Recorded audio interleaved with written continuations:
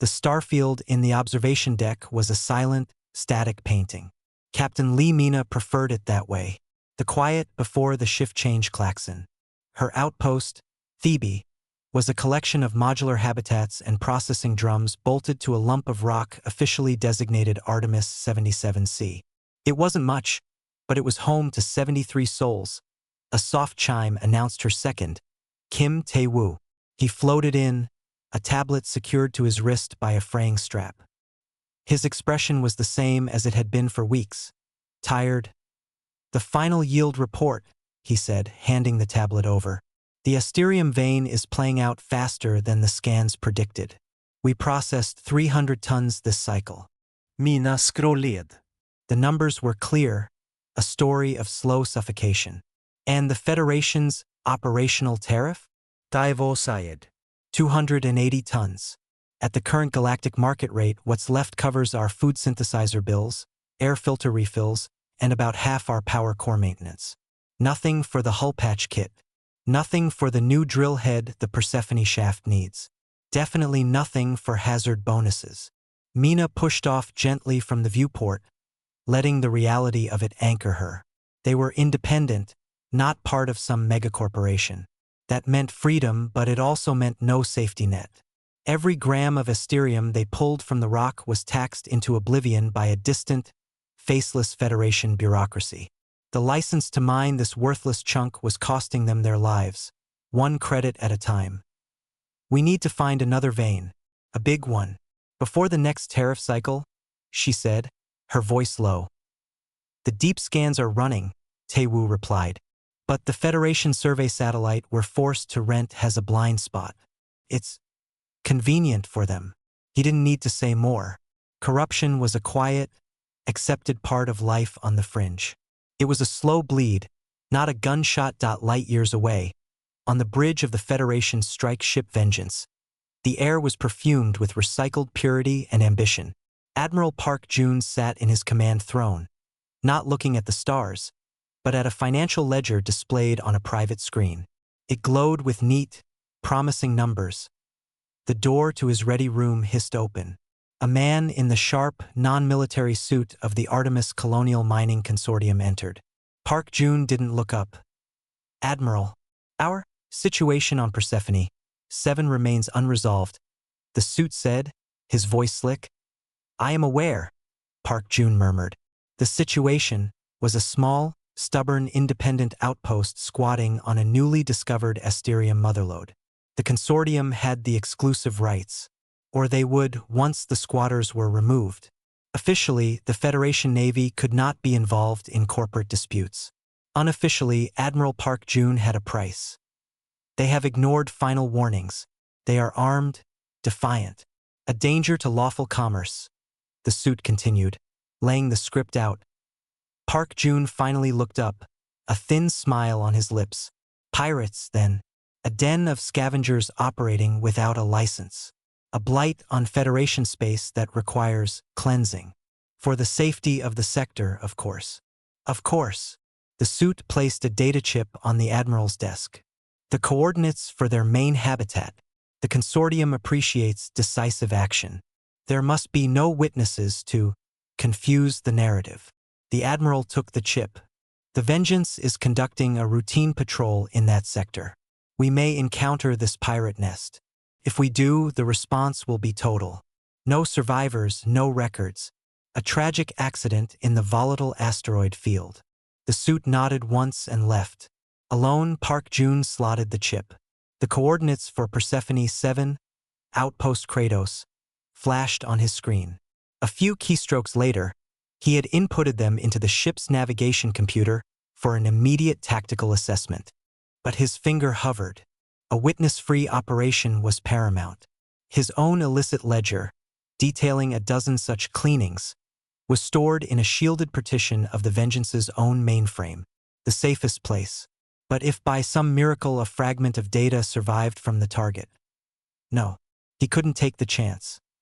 His eyes flicked to a secondary report on his screen, a bland Federation list of licensed mining operations. One entry, barely worth noting. *Outpost Thebe, Artemis 77C. License. Active, fees delinquent. Complement. 73. Threat profile, negligible. Asterisk a perfect substitute. A worthless, delinquent outpost in a remote, chaotic part of the same asteroid belt.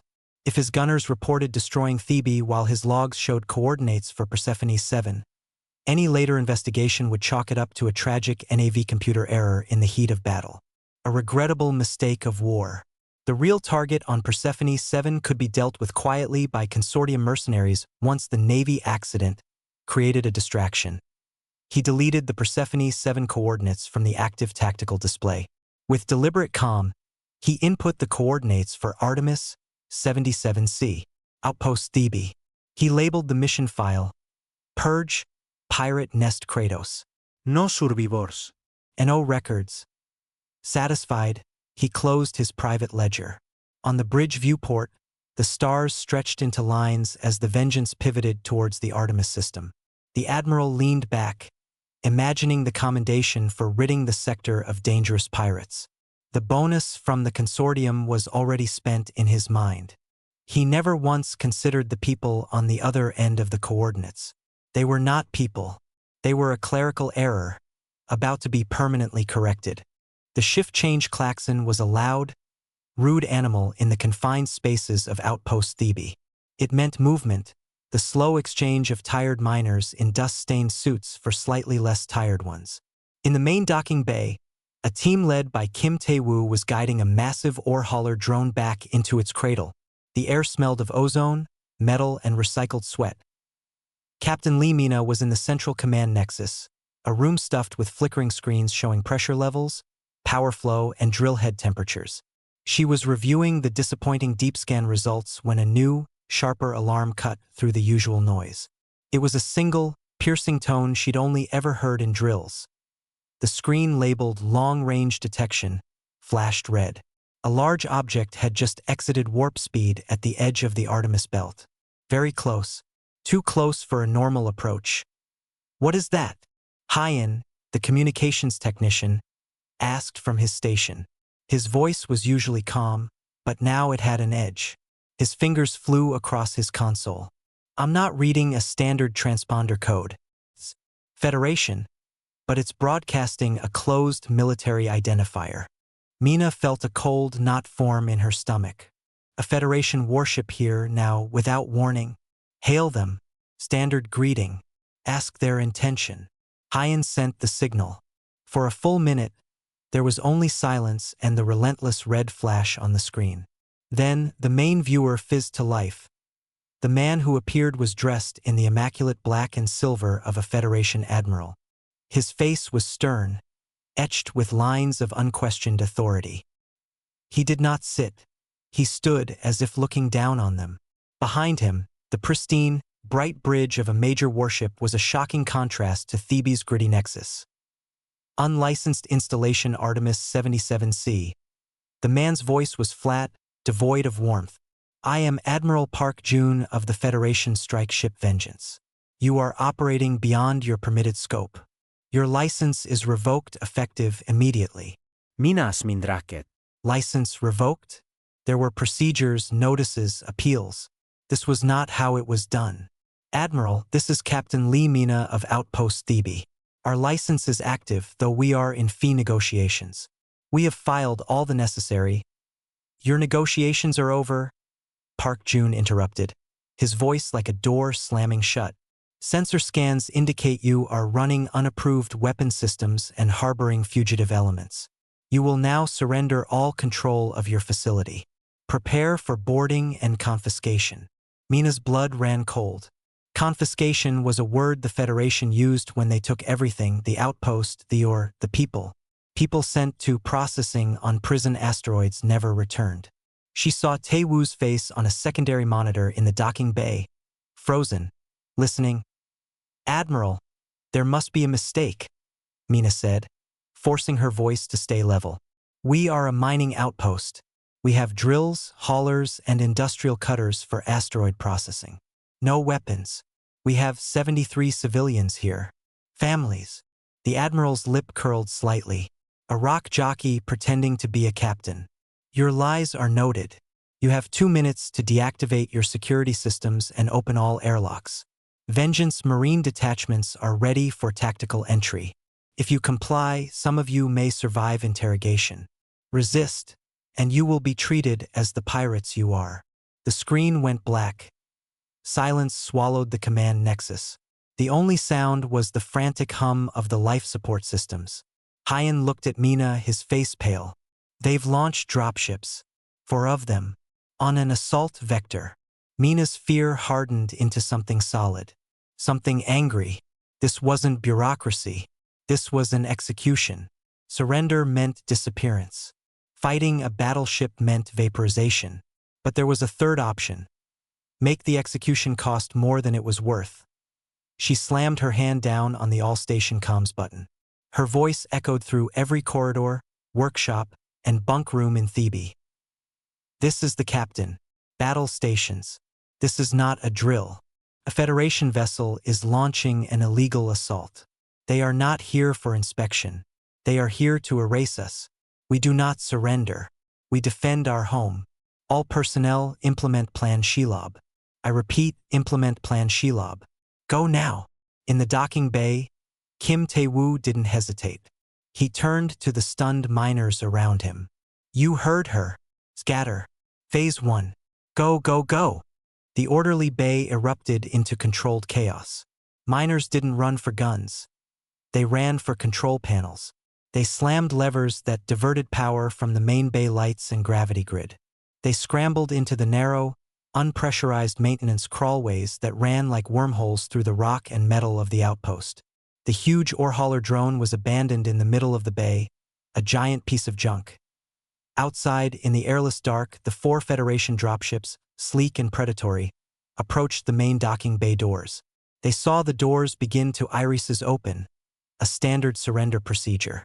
The lead pilot reported, "Target is complying. Bay is opening."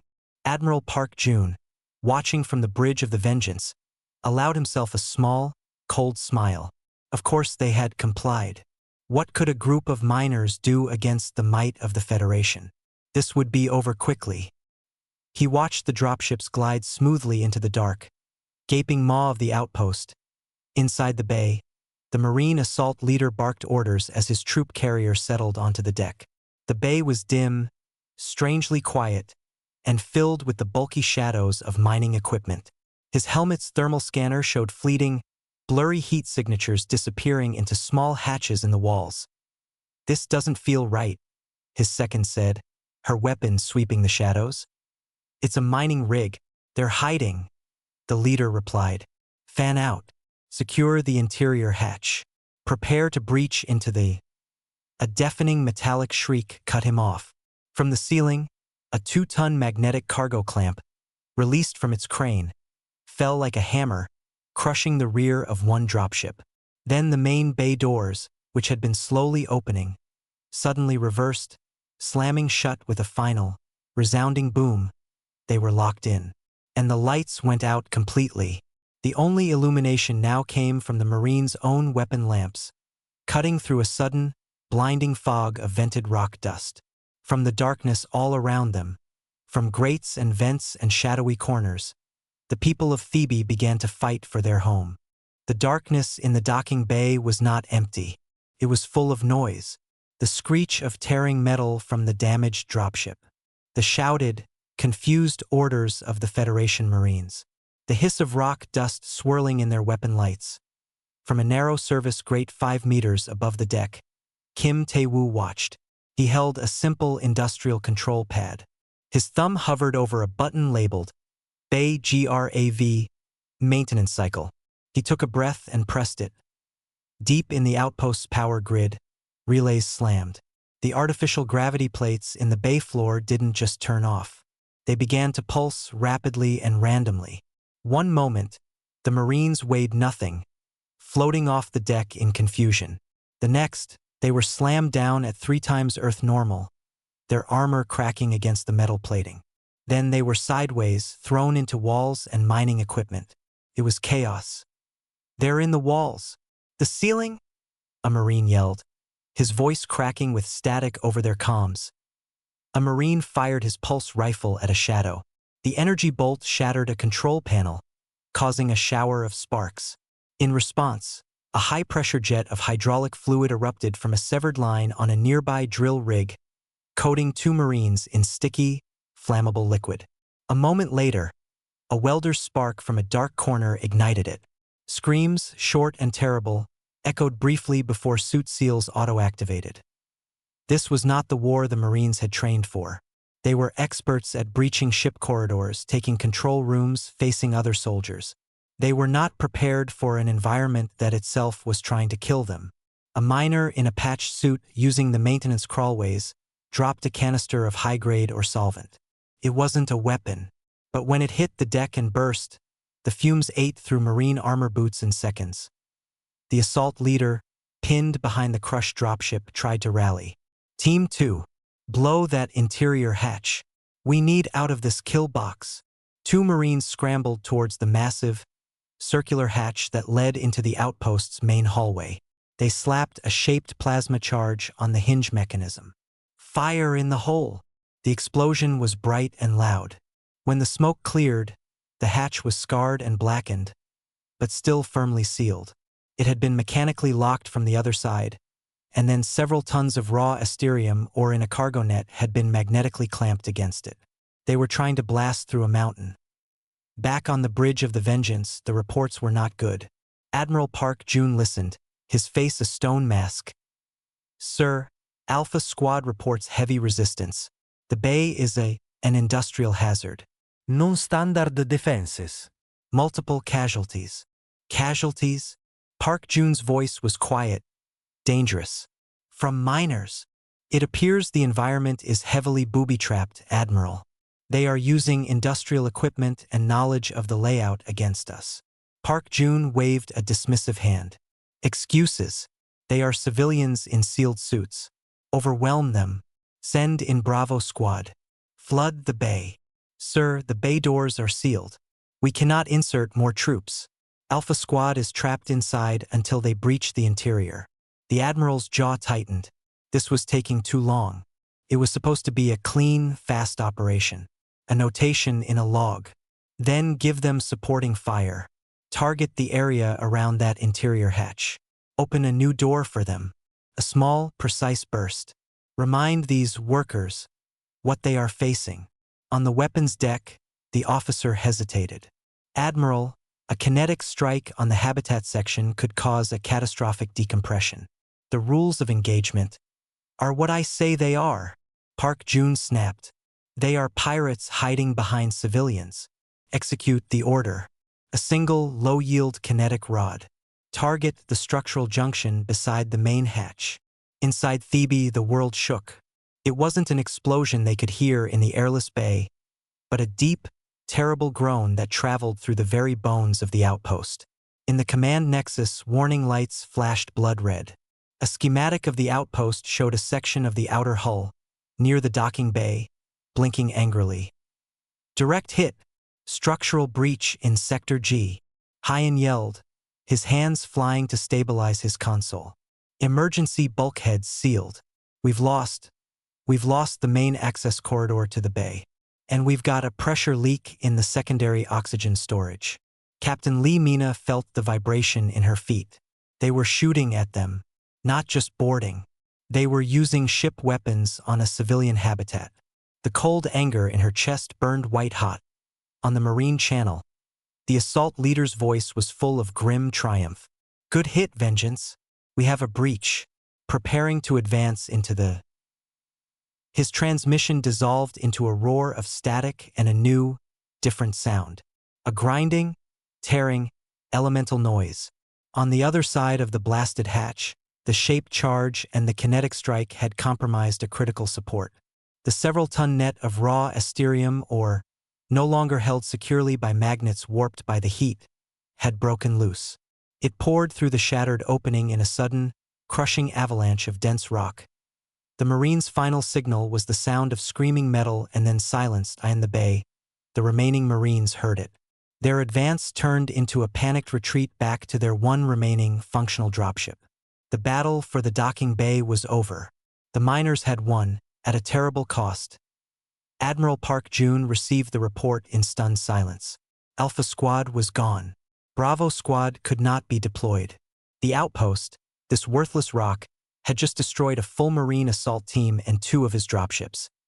His flag captain, Park Soo-min, turned to him, her face professional but her eyes worried. Admiral, we must reconsider. The level of resistance, it doesn't match a simple mining outpost. Our intelligence may be flawed. The Admiral stared at the image of the scarred, silent outpost on the main screen. His failure was being watched by his entire bridge crew. His anger curdled into something vicious and absolute. Flawed? No, Captain. They have just proven exactly what they are. Dangerous. And they will be punished. Ready the main batteries.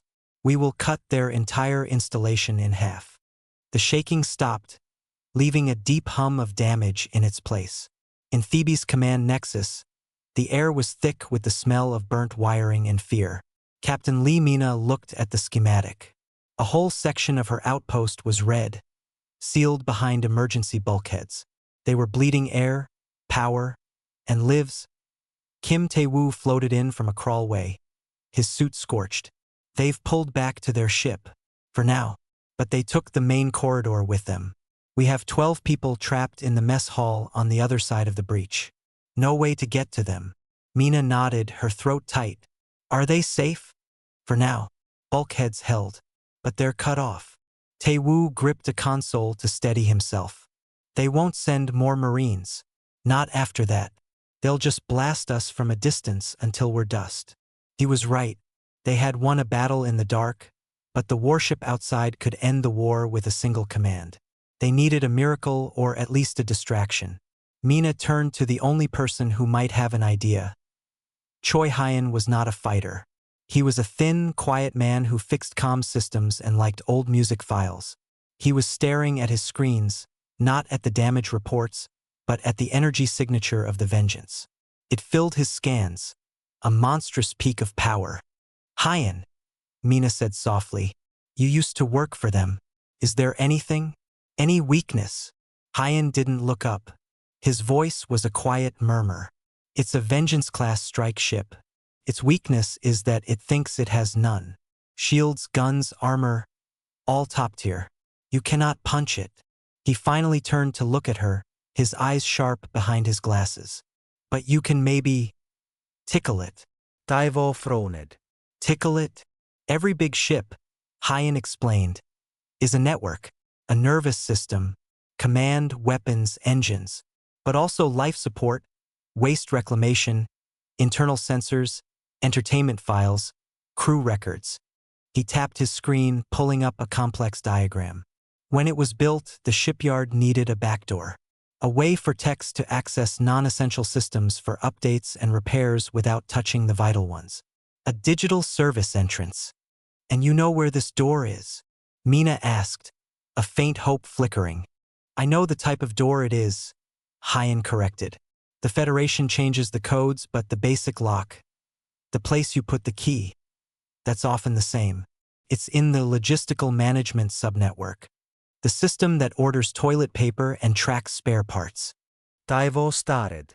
You want to hack a battleship? Through its toilet paper orders? I want to get into its basement, Hyun said. If I can get in, I can't steer the ship or fire its guns. Those systems are isolated. But I can make a lot of noise. I can turn every internal speaker up to maximum. I can mess with the environmental controls. I can flood its databases with garbage data. I can make life aboard a living nightmare. A very distracting nightmare. Mina saw the plan. It wasn't to win. It was to survive a little longer. What do you need? Hyun pointed to a screen. The asteroid surveying array. The big dish on the north pole of the rock. It's powerful. It's designed to send detailed scans across a solar system. I can modify its output, turn it from a scanner into a very loud, very focused signal transmitter. A digital battering ram. The array draws massive power, Tae-woo said. It shares a grid with life support in the secondary habitats. Mina didn't hesitate. The people in those habitats were already in suits, sheltering in the safest core rooms. Do it. Redirect all power from sections D through F to the array. Give Hyan what he needs. The order went out. Across Thebe, lights dimmed. The constant, comforting whisper of air recyclers in certain sections fell silent. The cold of space began to seep in, slowly. The outpost was holding its breath, putting all its remaining energy into one desperate shout. Hyan's hands flew across his console. Lines of code, ancient and forgotten, scrolled on his screen. He wasn't fighting the Vengeance's main firewalls. He was looking for the small, ignored side door next to them. The signal from the array, amplified to piercing intensity, shot through the void, a narrow beam of raw data aimed not at the ship's weapons or shields, but at its mundane, bureaucratic heart. That on the bridge of the Vengeance, Admiral Park Jun was fuming.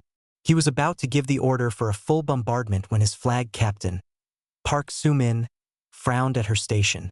Admiral, we are receiving an intense, narrowband data transmission. From the outpost, it is not a communication signal. It is a targeted data stream. It's bypassing our external comms, targeting a specific subsystem. Park Jun scowled. A final plea? Jam it. We are trying. It is not a standard format. It appears to be a legacy shipyard diagnostic protocol. It's accessing the logistical network. Before the Admiral could process this, strange things began to happen. All across the Vengeance, the gravity in the crew's quarters pulsed oddly for 3 seconds. Every internal communication speaker, from the bridge to the lowest engineering deck, emitted a short, ear-splitting screech of static.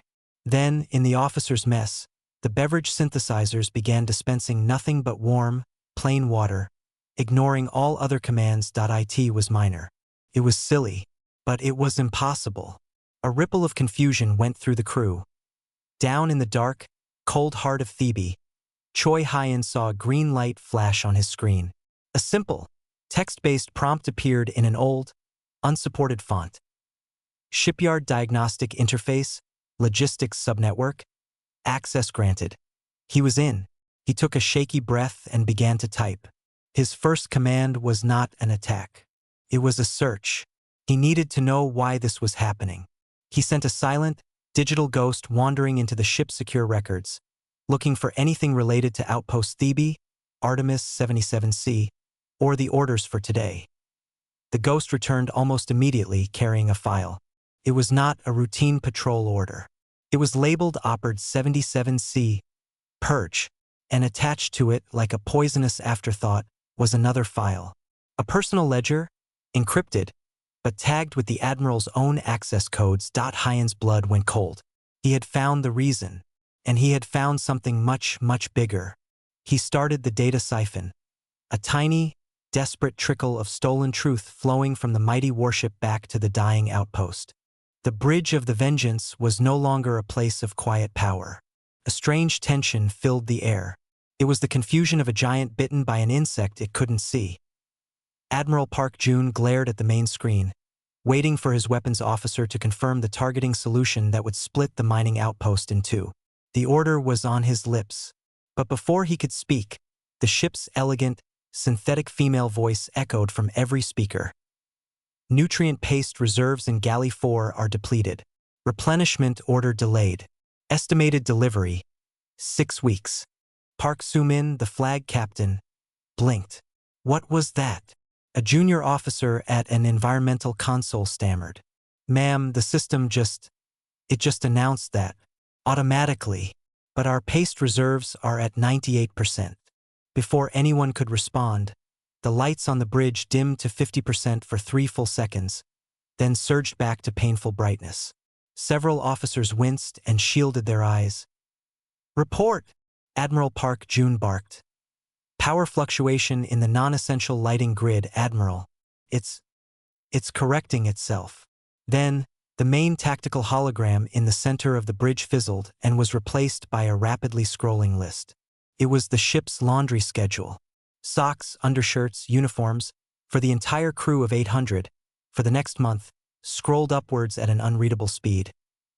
Get that off my screen! The Admiral roared. An engineer tried to shut it down from his station. I can't, sir. The command is being overridden from inside the logistical management system. Panic, quiet and cold, began to seep into the crew. This wasn't damage. This was mockery. Their perfect machine was being made to look foolish. Deep in the outpost rock, Choi Hyen's face was lit only by his screen. The data stream flowed steadily.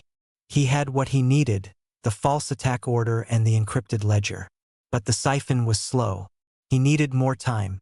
So, he began to play. He found the ship's internal entertainment library. He selected one file at random, an old public domain folk song about a railroad worker. He copied it. Then he pasted it 1,000 times into the command queue for the internal address system.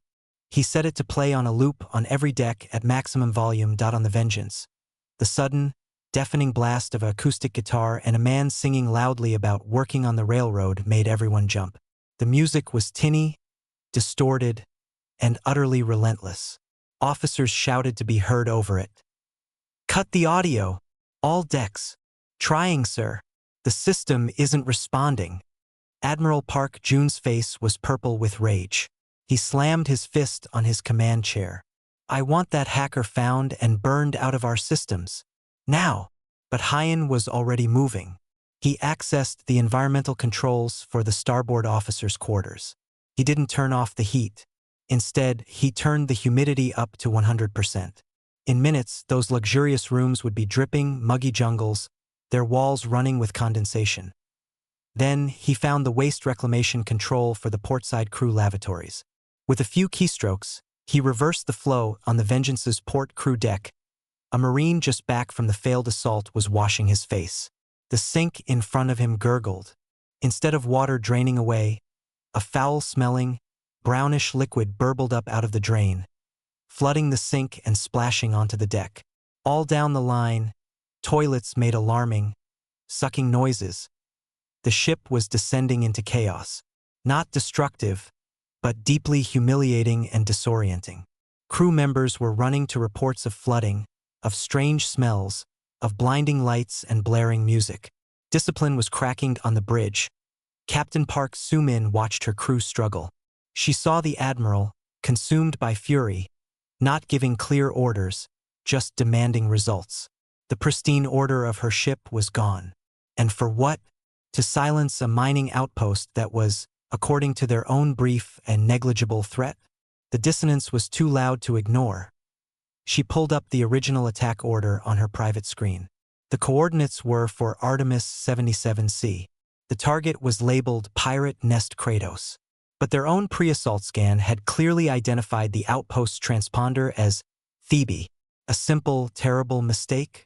Or something else? As the folk song began its 200th loop, a new alert flashed on her console. It was a security flag from the data firewall team. Unauthorized data access in secure partition. Attempted download in progress. A secure partition. Only the Admiral had full access to those. Her eyes drifted from the alert to the fuming Admiral, then to the scarred, stubborn outpost on the main screen. The pieces clicked together with a cold, sickening certainty. This wasn't an operation. This was a cover-up. And the outpost wasn't fighting with weapons. It was fighting with information. It had somehow found the truth, and it was trying to steal it back. She made a decision. Instead of sending the security alert to the Admiral's screen, she quietly routed it to her own, and marked it as investigating. She needed to know what the outpost had found. The command nexus on Thebe was freezing. The redirected power left the air systems dead, and the cold of space was a physical presence, creeping in through the walls.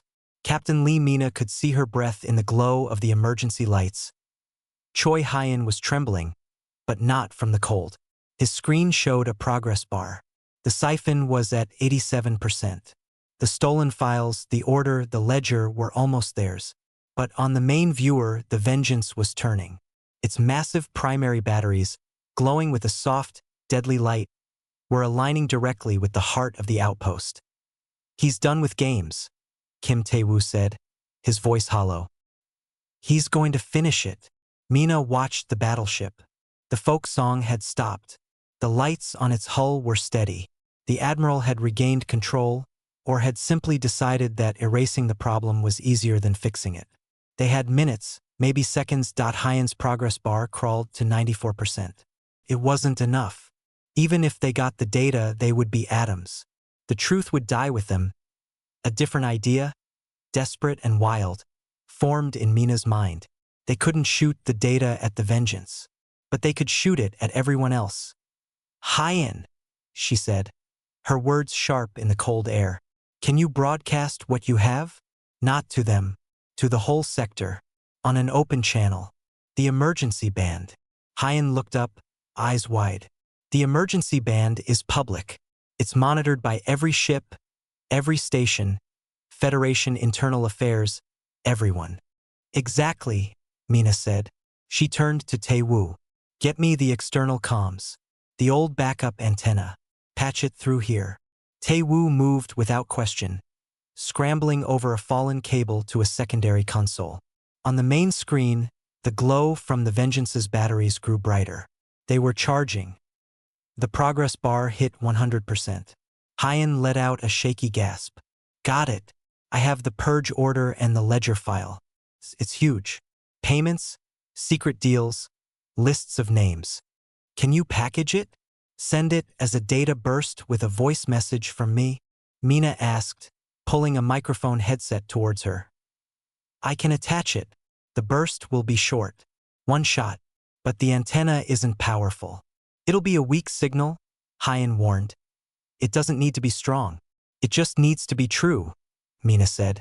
She put the headset on. Her mouth was dry. She thought of her people trapped and freezing. She thought of the Marines who had died following a bad order. She thought of the Admiral, safe on his bridge, ready to kill them to hide his secrets. Tae-woo gave a thumbs up. The backup antenna was live. You're on the emergency band. The entire Artemis sector is listening. Mina closed her eyes for a second, then opened them and pressed transmit. Mayday, Mayday. This is Captain Lee Mina of Independent Mining Outpost Thebe, Artemis 77C. We are under attack by the Federation strike ship Vengeance, under command of Admiral Park Jun. She spoke clearly, forcing her voice to be calm. She was not screaming. She was testifying. The Admiral claims we are pirates. We are not. We are miners. He claims we are armed. We are not. He has already killed civilians here today. He is now preparing to destroy us completely to cover up his crime. We are transmitting the evidence. She nodded to Hyan. He hit a key. Across subspace, a compressed burst of data shot out from the dying outpost. It contained the attack order labeled Purge, Pirate Nest Kratos with their own coordinates, and it contained the first few pages of the Admiral's encrypted ledger. Bank transfers, coordinates of other cleared outposts, consortium corporate seals. You came for Silent Rocks, Mina said, her voice gaining strength, ringing with a final, defiant truth. But you found a microphone. The evidence you are trying to bury is now flying to every ship, every station, every listener in the sector. You cannot kill all of them. On the bridge of the Vengeance, the weapons officer's hand was poised. Main batteries charged and locked, Admiral. On your command. Admiral Park Jun's finger was raised. The word fire was in his mouth. It died there. Every console on the bridge chimed at once. Incoming priority messages. Not one, but dozens. They flooded the comm screen. FSS Justice, Internal Affairs. Vengeance, stand down. Acknowledge and await inspection, Artemis Traffic Control. We have received distress with serious allegations. Cease all hostilities. Consortium Headquarters. Official disavow all knowledge of purported operations. Cooperate with Federation inquiry. The Admiral stared, his raised hand beginning to shake. The open emergency band wasn't a private naval channel.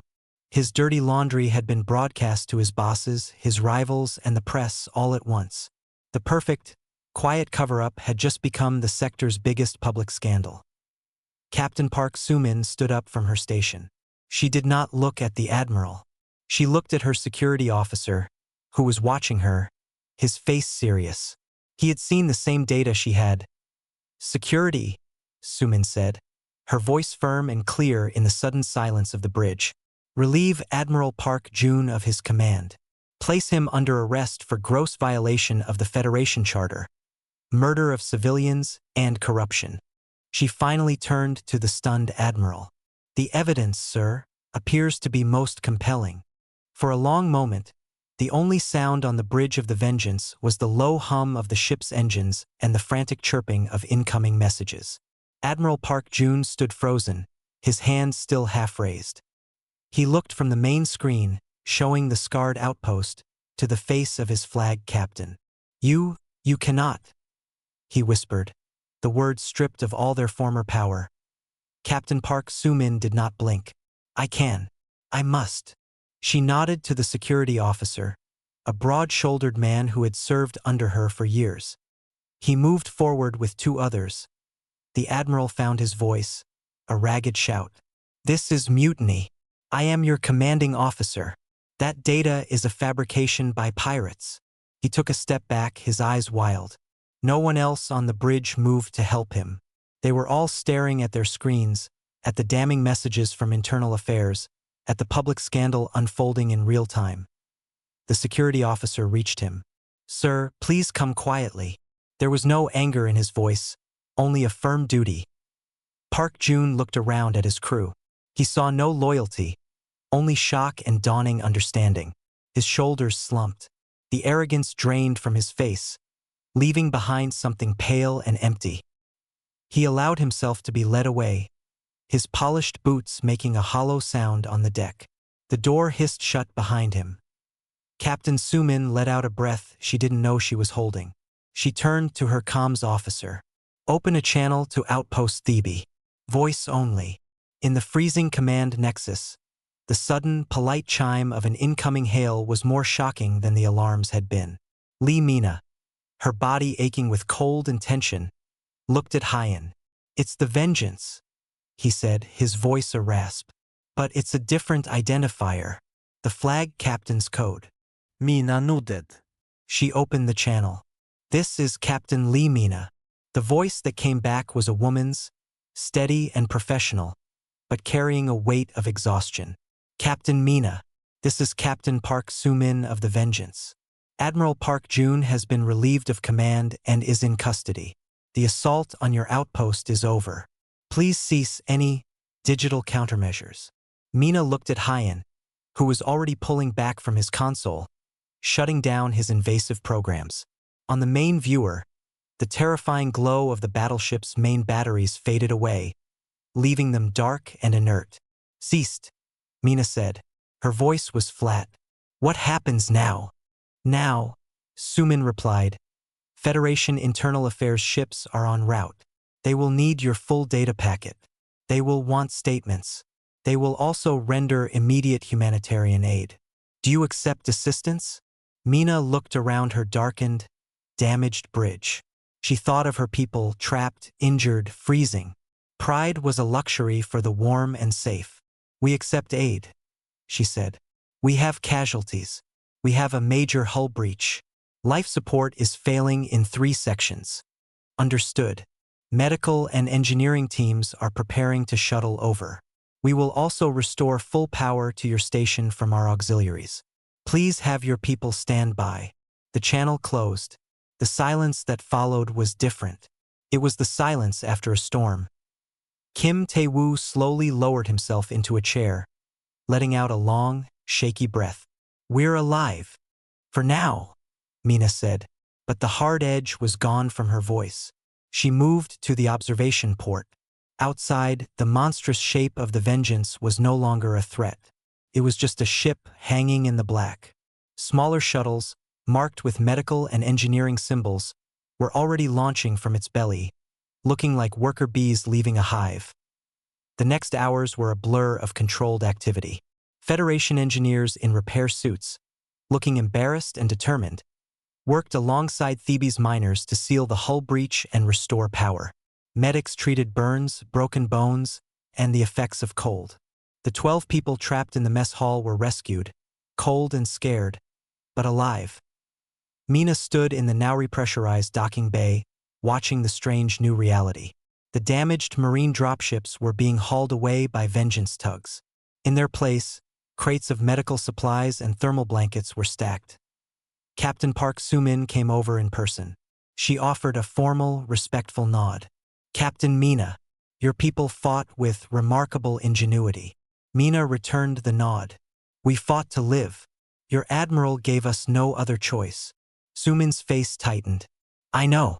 And for my part in not questioning his orders sooner, I am sorry. The evidence you broadcast, it was irrefutable. It has started a major investigation. It seems this was not his first crime, only his last." Minä just listenet. She was too tired for anger. "The outpost is yours," Soo-min continued. "Your license will be reinstated without penalty. Reparations will be paid for the damage and loss of life. It will not bring anyone back. But it is what the Federation can offer." It wasn't justice, Mina thought, but it was a start. "Thank you, Captain." Soo-min left to oversee the withdrawal. As the last shuttle departed, full power returned to Thebe. Lights hummed back to life. The air recyclers began their steady whisper. Warmth slowly pushed back the deep cold.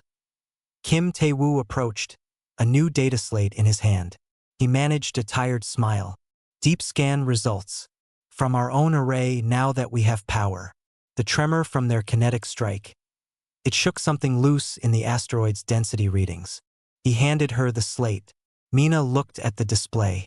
It showed a massive, deep vein of Asterium, richer than anything they had ever seen, running right under their feet.